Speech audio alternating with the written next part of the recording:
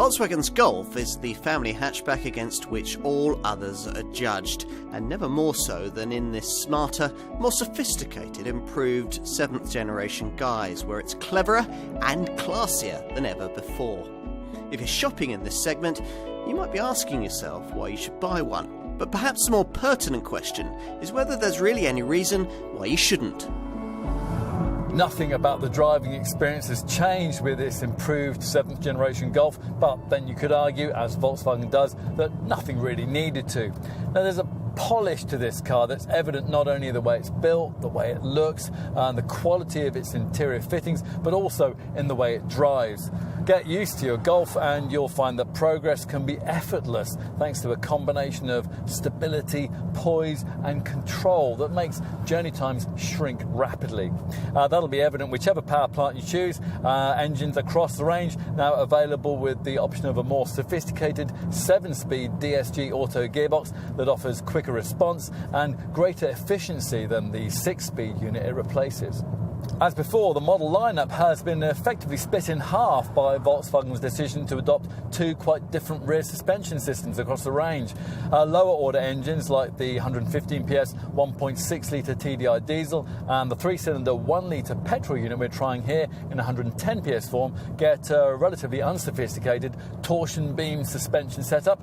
Go for the new 1.5 litre TSI Evo petrol engine, 2 litre TDI diesels, or one of the 2 litre TSI petrol units used in the uprated GTI and Golf R models, and you'll get a more sophisticated multi-link rear suspension setup that provides an exemplary ride and handling balance. Across the range, efficiency is well up to class standards. This 110 PS 1 litre TSI unit, for example, manages 58.9 mpg on the combined cycle and 109 grams per kilometre of CO2. For ultimate frugality, though, you'll need one of the electrified Golf models. We highly rate the clever GTE plug-in hybrid, but it's now also worth looking at the full electric e-Golf, which gets a higher capacity battery and has increased its operating range to as much as 186 miles. It's a Golf. You don't need us to tell you that. This is one of those cars that almost everyone recognises. What is less likely is that your friends and neighbours will pick up on the fact that you've bought into the revised version of this 7th generation model. The changes that distinguish this improved design are, after all, extremely subtle and intentionally so to preserve the residual values of the previous version. The design of this car has been painstakingly evolved over more than 40 years, and Volkswagen has no intention of dramatically changing it now.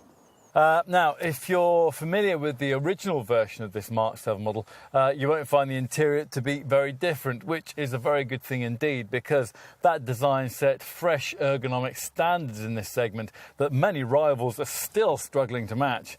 Now, to further underline this model's superiority in that regard, Volkswagen has added new trim panels to the centre console and the doors and smartened up the upholstery. But what you're more likely to notice is this bigger centre dash infotainment screen. Now, previously you only got an 8-inch monitor as large as this one if you pushed the boat out with one of the costly premium navigation packages. Now a display of this size is standard across the range, upgraded here to the Discover navigation system that's fitted to plusher variants and which is optional lower down the range. So let's take a seat in the rear.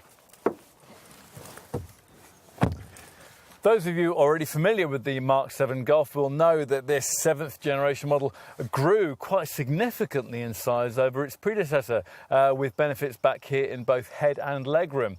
As a result, this remains one of the more spacious rear seat areas in the segment. So let's finish this segment by taking a look in the boot, the catch for which is, as usual, activated by pushing this centre tailgate badge. Your Volkswagen salesperson may well begin to reference the fact that the 380 litre capacity here is 64 litres more than you get in a rival Ford Focus. Freeing up more cargo capacity is easier to do than it would be in that rival Focus, where you've got the faff of having to pull up the rear seat cushion before you can push forward the rear seat backs. Here, you just push forward to the 60-40 split backrests, and they fold almost completely flat, creating a cargo area that's 1,270 litres in size. In the words of a previous Volkswagen Group chairman, the only mistake a Golf can really make is to stop being a Golf, a failing you can never level at this improved 7th generation model. All the reasons you might want to buy one are satisfied here. So there are classy looks, a meticulously crafted cabin, and all the quality you'd expect from the Western Hemisphere's most recognised and most desirable family hatch. For nearly half a century, this car has been a benchmark in the segment it originally helped to create.